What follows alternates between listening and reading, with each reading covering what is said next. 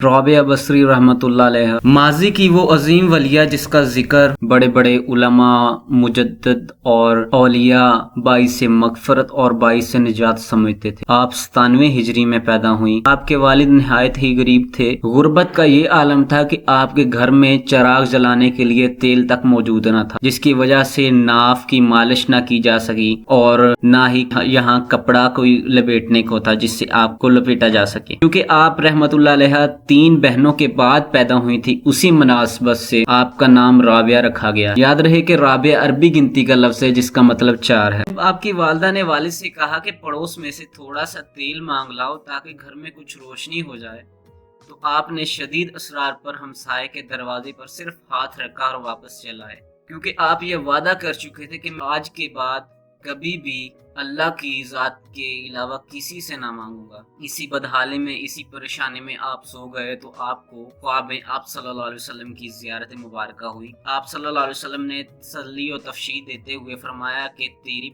ये बच्ची बहुत ही मकबूलियत हासिल कर लेगी।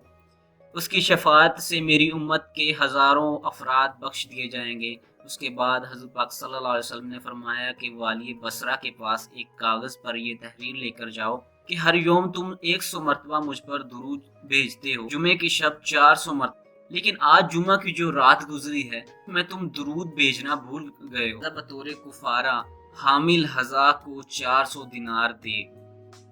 सुबह को बेदार होकर आप बहुत रोए और खत तहरीर करके दरबान के जरिए वाली बसरा के पास भेजा। उसने खत पढ़ते हुए हुक्म दिया कि आप सल्लल्लाहु अलैहि वसल्लम की याद आवरी के शुक्राने में 10 दरहम तो फुकरा में तकसीम कर दिए जाएं और 400 दिनार उस शख्स को दे दो। उसके बाद वाली बसरा हज़रत राबिया बसरी रहमतुल्लाह अलैहा के वालिद ग्रामी से मुलाकात करने पहुंचे, या कि जब भी आपको किसी चीज़ की ज़रूरत हो आप मुझे मुतला फरमा दिया करें। चुनाचे उन्होंने 400 दिनार लेकर ज़रूरत का तमाम सामान खरीद। हज़रत राबिया बसरी रहमतुल्लाह अलैहा ने जब होश संभाला तो वालिद का साया सर से उठ चुका था।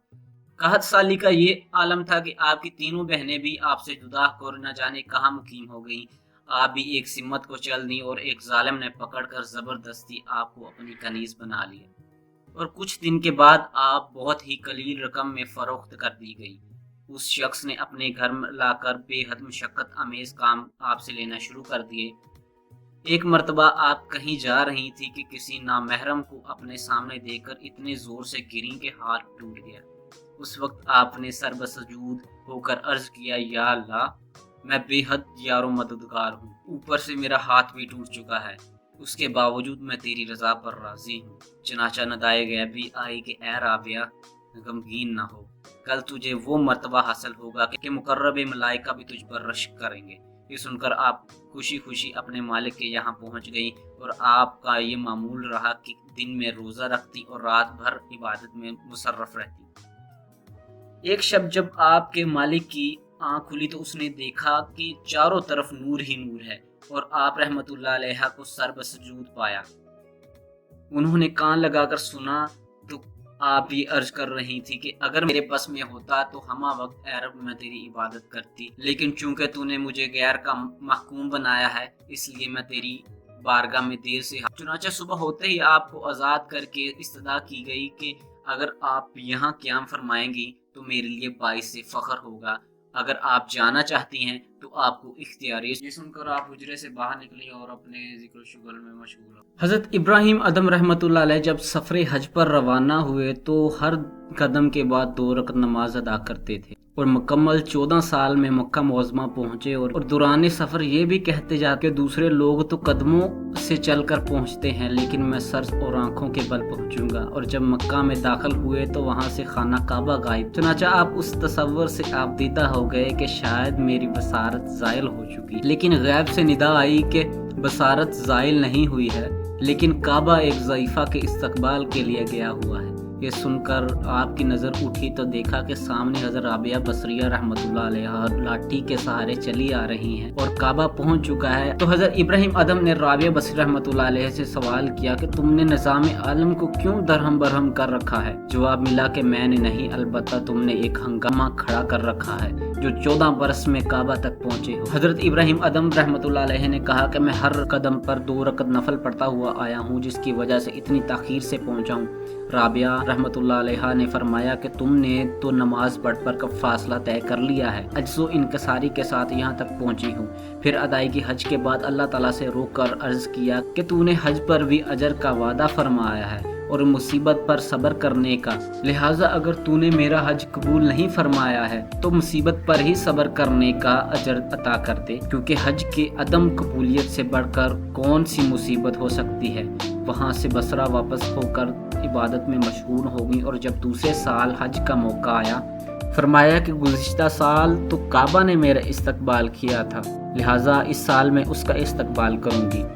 چنانچہ شیخ فارمدی کے قول کے مطابق ایام حج کے موقع پر آپ نے جنگل میں جا کر کروٹ کے بل لڑکھنا شروع کر دیا اور مکمل 7 سال کے عرصے میں عرفات پہنچی، اور وہاں یہ غیبی آواز سنی کہ اس طلب میں کیا رکھا ہے، اگر تو چاہے تو ہم اپنی تجلی سے بھی نواز سکتے ہیں۔ لیکن آپ نے عرض کیا کہ مجھ میں اتنی قوت و سخت کہاں، ہاں البتہ رتبہ فقر کی متمنی ضرور ہوں۔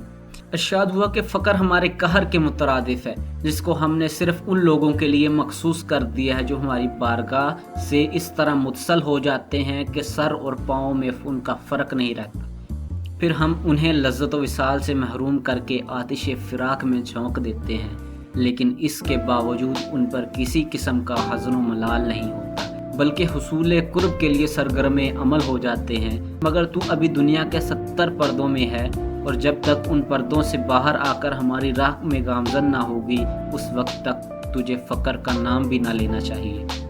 پھر ارشاد ہوا کہ ادھر دیکھ، اور جب رابعہ رحمۃ اللہ علیہ نے نگاہ اٹھا کر دیکھا تو لہو کا ایک بے کراں ہوا میں معلق نظر آئی، اور ندا آئی کہ ہمارے ان عشاق کے چشمے خونچاں کا دریا ہے جو ہماری طلب میں چلے اور پہلی ہی منزل پر اس طرح پاشکستہ ہو کر رہ گئے کہ ان کا کہیں سراغ نہیں ملتا۔ رابعہ بصری رحمۃ اللہ علیہ نے عرض کیا کہ ان عشاق کی ایک صفت کا مجھے بھی مظاہرہ کروا دیجئے، مگر یہ کہتے ہیں کہ انہیں نسوانی معذوری ہو گئی، اور ندا آئی کہ ان کا مقام یہی ہے جو 7 برس تک پہلو کے بر لڑکتے ہیں تاکہ خدا تک رسائی میں ایک حقیری سی شے کا مشاہدہ کر سکیں، اور جب وہ قرب کی منزل تک رسائی حاصل کر لیں تو ایک چھوٹی سی علت ان کی راہوں کو بند کر کے رکھ دے۔ پھر رابعہ بصری رحمۃ اللہ علیہ نے عرض کیا کہ اگر تیری مرضی مجھے اپنے گھر میں رکھنے کی نہیں ہے تو پھر مجھے واپس بصرہ میں ہی سکونت کی اجازت دے دے، کیونکہ میں تیرے گھر میں رہنے کی اہل نہیں ہوں، اور یہاں آمد سے قبل صرف تمنائے دیدار میں زندگی بسر کرتی رہی ہوں، جس کی مجھے اتنی بڑی سزا دی گئی ہے۔ یہ عرض کر کے بصرہ واپس پہنچ گئی اور تاحیات گوشہ نشین ہو کر مصرف عبادت رہی۔